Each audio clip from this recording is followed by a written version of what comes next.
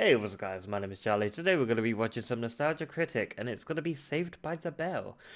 I don't think I've ever heard of this. I don't know if it's a movie or a TV series. I've never heard Saved by the Bell. So this is going to be interesting. Yeah, we're going to play the video and see what it's all about. So let's go, shall we? Let's go. Hello, I'm the Nostalgia Critic. I remember it so you don't have to. When you're a kid, all you can think about is being in high school. When you're in high school, all you can think about is being in college. When you're in college, all you can think about is being an adult. And when you're an adult, all you can think about is being a kid again. Yeah. Life fucking sucks. Yeah, it does. But for those few years of misled optimism, we have the Saturday morning hit Saved by the Bell. Before Hannah Montana, Lizzie McGuire, or any of those other high school sitcoms, Saved by the Bell was the first to fork out beautiful teenagers with hideous clothes saying horrible lines to an entire crowd of canned laughter. This is one of those shows that captured the essence of the 80s so well that sometimes seem like we've traveled back in time to that cherished decade to relive the fun and wonder that the 1980s had to give us. The only problem? It was made in the 90s! I mean, look at this. It's like a decade behind. Were they just stuck in a time warp or something? But oh well, this is what we thought high school was going to be like when we were younger, before our dreams were shattered like Elizabeth Berkley's career. Wow. What many of you may not know is that Saved by the Bell was not always called Saved by the Bell. It was originally called Good Morning Miss Bliss, and the focus was not on the students as much as their teacher, Miss Bliss, played by Haley Mills. It ran for about a year on the Disney Channel and had some of the same cast as the original show, but it never caught on, and it was taken off the air after only one season. After that, NBC picked up the show and changed the title to Saved by the Bell, and thus we were given the high school character stereotypes that only unimaginative writing could bring us. For example, you got Zach. You know, the kid always getting into trouble with his harebrained schemes, but always manages to get out of trouble with his irresistible smile. That and a bucket load of hair gel. Seriously, that thing looks alive. Next, you got Slater, the good-looking jock, who's very similar to Zach in almost every way, except for, their names. After that, you got Kelly, the good-looking cheerleader who has those insufferable on-again, off-again relationships with the main character. I know this is high school, but how many times can you break up with a person before they turn into a psycho and start stalking you? Next, you got Screech, the nerdy little geeka doofus dork who, judging by his voice, holds the record for the longest time anyone has ever gone through puberty. Well, I thought I was. Do you think he was kidnapped by space creatures? Kelly, hi. Oh, for God's sakes, will your testicles just drop already?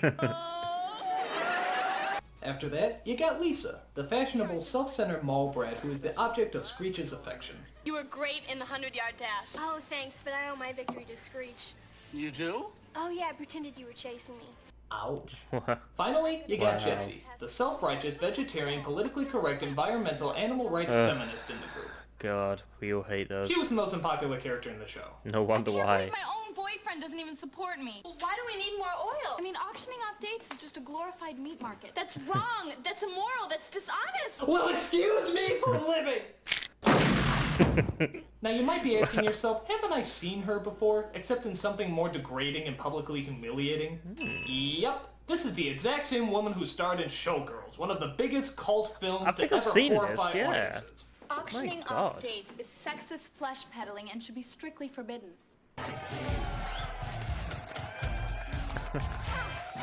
They go to a school principaled by balding, educational pushover, Mr. Belding. What is going on here? That's a good one. Oh, gee, Miss Wentworth, that's not fair. Oh, good news, Mr. Belding! Good news! Your balls arrived! Is that true? So what can you say about the show as a whole? Well, it's hard to sum up the entire thing in general, so let's take a look at some individual episodes. Like, how about the episode with the fake IDs? This episode starts off at the kid's favorite hotspot, the Max. Look at this place. It's like the 80s interpretation of the 50s. Zach helps out a girl with her flat tire, but it turns out she's over 18 and wants to meet him at a club. So Screech comes up with some fake IDs to get everybody in. Can somebody tell me what's the point of making a fake ID to show that you're 18 when you're so obviously 24? You know, we never did discuss your fee. Well, I really don't. Oh yes, I forgot to mention. This show has the most obnoxious audience in the entire world. Oh, God, I mean, they go this. nuts about everything.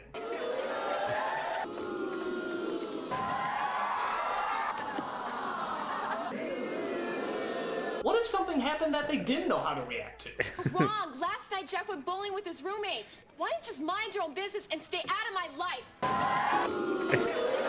Yeah, Or I how hate about the those episode where kids. Zack has to find his family roots? It turns out Zack finishes a track meeting, having not worked up anything close to a sweat, but forgot he has to research his family tree for a school project. All he can find, though, is a picture of a Native American chief. So, like any high schooler, he bullshits his way through the report. Yep. All right, Morris, let's hear from you next. Everybody's method. Screech is going to assist me. In Ready, high school. Screech? Ready, Kimosabi. Oh god. After digging through old family papers and pictures, I learned that I'm part American Indian. I come from a long line of fierce warriors and great hunters. They roamed the wide open plains in search of their daily food. Me hungry. And the award for most awkward, racially insensitive moment in Saturday morning history goes to... Saved by the Bell! I'd like to thank my dad for giving me electric trains when I was 3. Okay, so obviously Zack has to do the report again. But this time, to help him out, his teacher sends him to a Native American named Chief Henry, who knows a little something about Zack's tribe. Why couldn't the white man and the Indians get along? Why can't the Arabs get along with Israelis? And why can't I get along with my ex-wife? Did he just compare the Battle of Arabs and Israelis to his ex-wife? Yeah, what the hell? Okay. Zack returns to give his presentation, dressing up as one of the village people, and gives a much more detailed speech. He never did explain why his people painted vaginas on their chins, but then again it is just a 3-minute speech. Wanting to tell his mentor the good news, Zack suffers a heartbreaking blow. A friend of ours passed away today. Chief Henry died this morning. Oh, damn. Well, of course! How dramatically convenient. What do you think his Indian name was? Dies with poetic plot points? Fortunately, he appears to Zack in a dream and tells him that it's okay to stop grieving and move on with his life. Oh, God. I gotta go. I'm being fitted for wings. Wings? You mean like angel wings? Yeah. So he's a Christian pagan Native American. Huh, go figure. But most people's favorite episodes are the ones that have a message to convey. Like the oil episode. Ah, yes, What you the- all remember this one. No, I this don't is know the if I've one seen where it. oil is found under a football field and a rich Texan oil tycoon comes to drill. The kids all somehow dream up the exact same fantasy and imagine what it would be like to be the richest school in the county. Come, my darling. Let's all go to the beach. The camels are ready. Yeah. Meanwhile, Zack comes across a duck named Becky and forms a powerful friendship with the innocent creature. I wish I didn't have to take you to the pond tomorrow. I'll come visit you all the time. When did this turn into an E.B. White's kids book? So let me be sure I got this straight. One story involves Texas tycoons drilling for oil, and another story involves a cute little ducky who lives in the school pond. Oil plus ducky equals... I mean, what could possibly go wrong? After all, we all know that oil is the safest and most non-hazardous of all of God's natural... Oh my god, Becky! Becky, no! She's not moving, Zack. I know she's probably in shock. Just please help us, sir. Yes, Becky must be in shock. Surely she'll pull through, right? Right? Zach, Becky's dead. Oh, No. No. no. No. Rest in peace. I hate when animals die.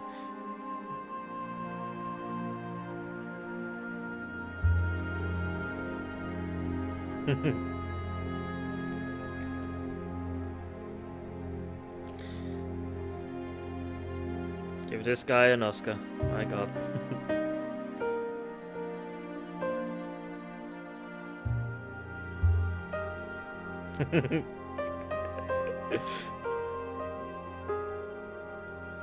Wow.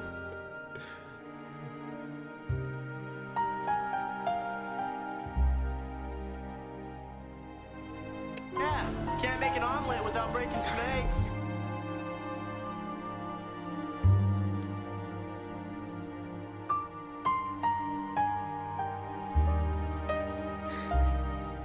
Fred.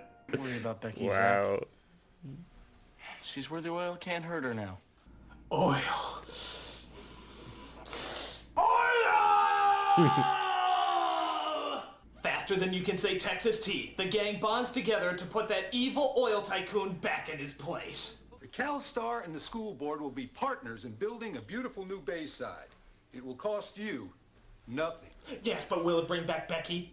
Will it bring back Becky? That's not true. What do you mean, young man? Yes, you, the lone hero in the back. Where are the oak trees behind the library? Well, I'm afraid we'll have to replace them. No, you mean cut them down and put up an oil derrick. Like this? Oh! Oh. We'll Yes, make but what every- happens if there's a bigger accident and oil gets over everything, just like this? I mean, this is outrageous. This is most unorthodox! We don't want to go to school in an oil field. We already have a better Bayside.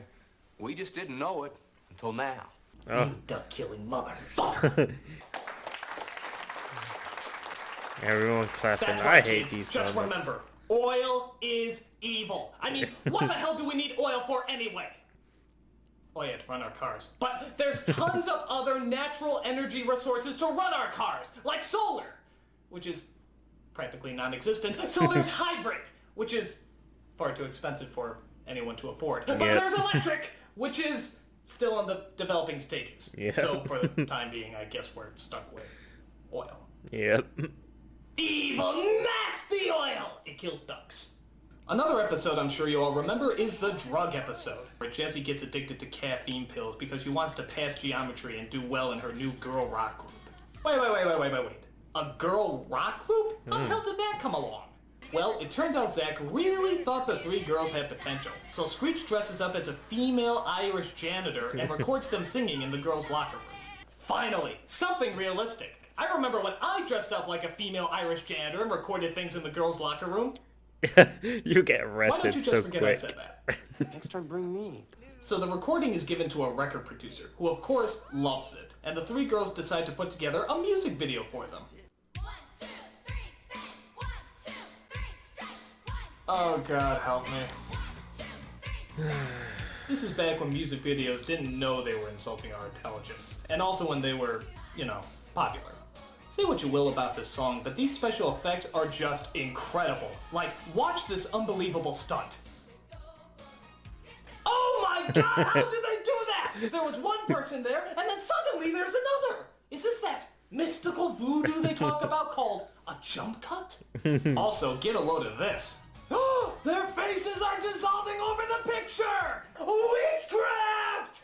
Feeling the pressure, Jessie continues to take her caffeine pills and becomes mildly annoying. We'll be great, we'll be awesome, we'll knock him down, right? Right? Yeah! Oh yes, I forgot to mention the popular music sting, which is played just before every commercial break. The weird thing is that the music is so bland that you never know if it's positive or negative until you hear the subject matter. Guys, we struck oil. Guys, there's been an oil spill. There's oil everywhere. Oh god. This music's so vague you can put it to anything. Hey everybody, Kelly's top just fell off! Oh no, Lisa is pregnant with Screech's baby!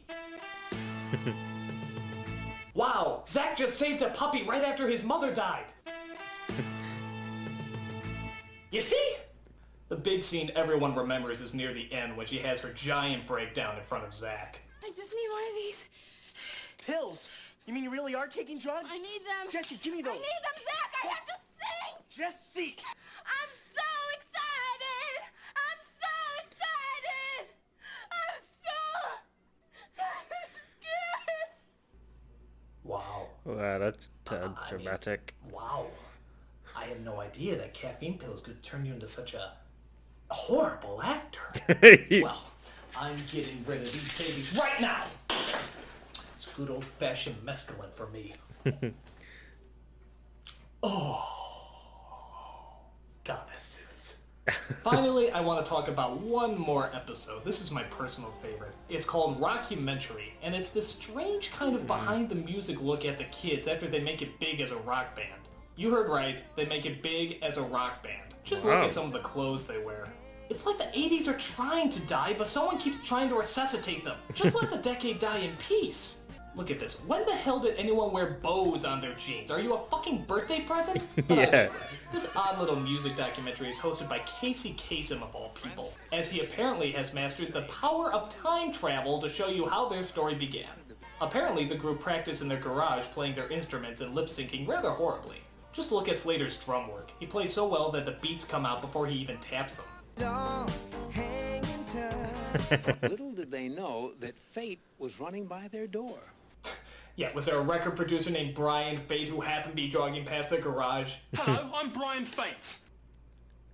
Oh, It's a God. little funny. He, of course, turns them into rock legends as they do concerts, sign autographs, get awards from bad impersonators. It's a dream come true. Now, one thing you might be asking yourself is, where's Jessie in all of this? Well, they saw how she did with the last rock group she signed up with, and, yeah, they're not doing that again. So, of course, as their popularity builds, a seductive PR woman steps in and seduces Zack to leave the group and go solo. Letting the fame go to his head, Zack agrees with Yoko Ono and leaves the group to go do his own thing, as she controls everything about him, even the way he looks. Alright, now, I have to warn you. This next scene, where Zack shows himself in his brand new look, is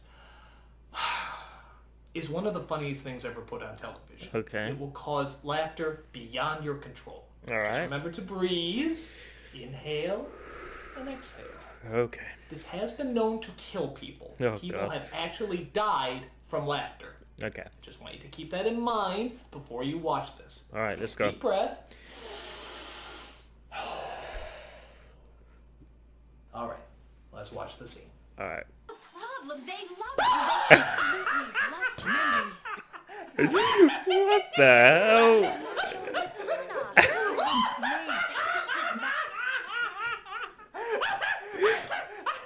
What's with the dramatic change?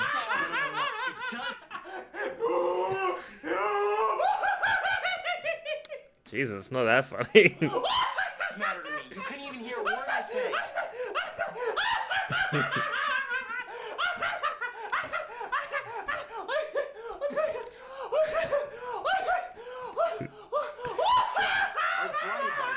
It's like Justin Bieber.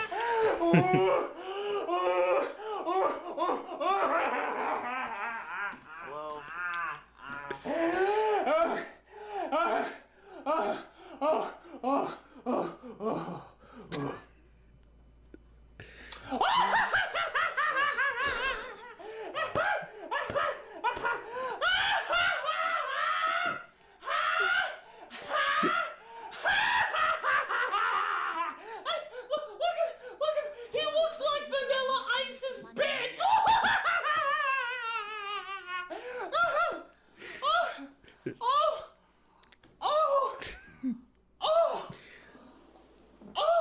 It's just like you sound an orgasm. I think I just orgasmed. Yeah, that's what I was thinking. So, if you survive that, Zack eventually gets back together with his group and goes on to make music history. And then, of course, he wakes up because it was all obviously a dream. Yeah. Thank God, because if I looked like MC Hammer and Prince's white love child, I would want it to be a dream too. You know, next year I'm asking for weekdays off. So that's Saved by the Bell. How does it hold up? It doesn't. It's stupid, silly, and loaded with idiotic cliches. But I will say that looking back on it, it is pretty harmless. I mean, I don't think it makes kids any dumber like some of the other shows I've reviewed on here. Sure. But if I was to sum up this show in one word, I would say that it's... Dumb. Stupid. Crazy. Dangerous. Stinks. and then some. I'm the Nostalgia Critic, I remembered, so you don't have to.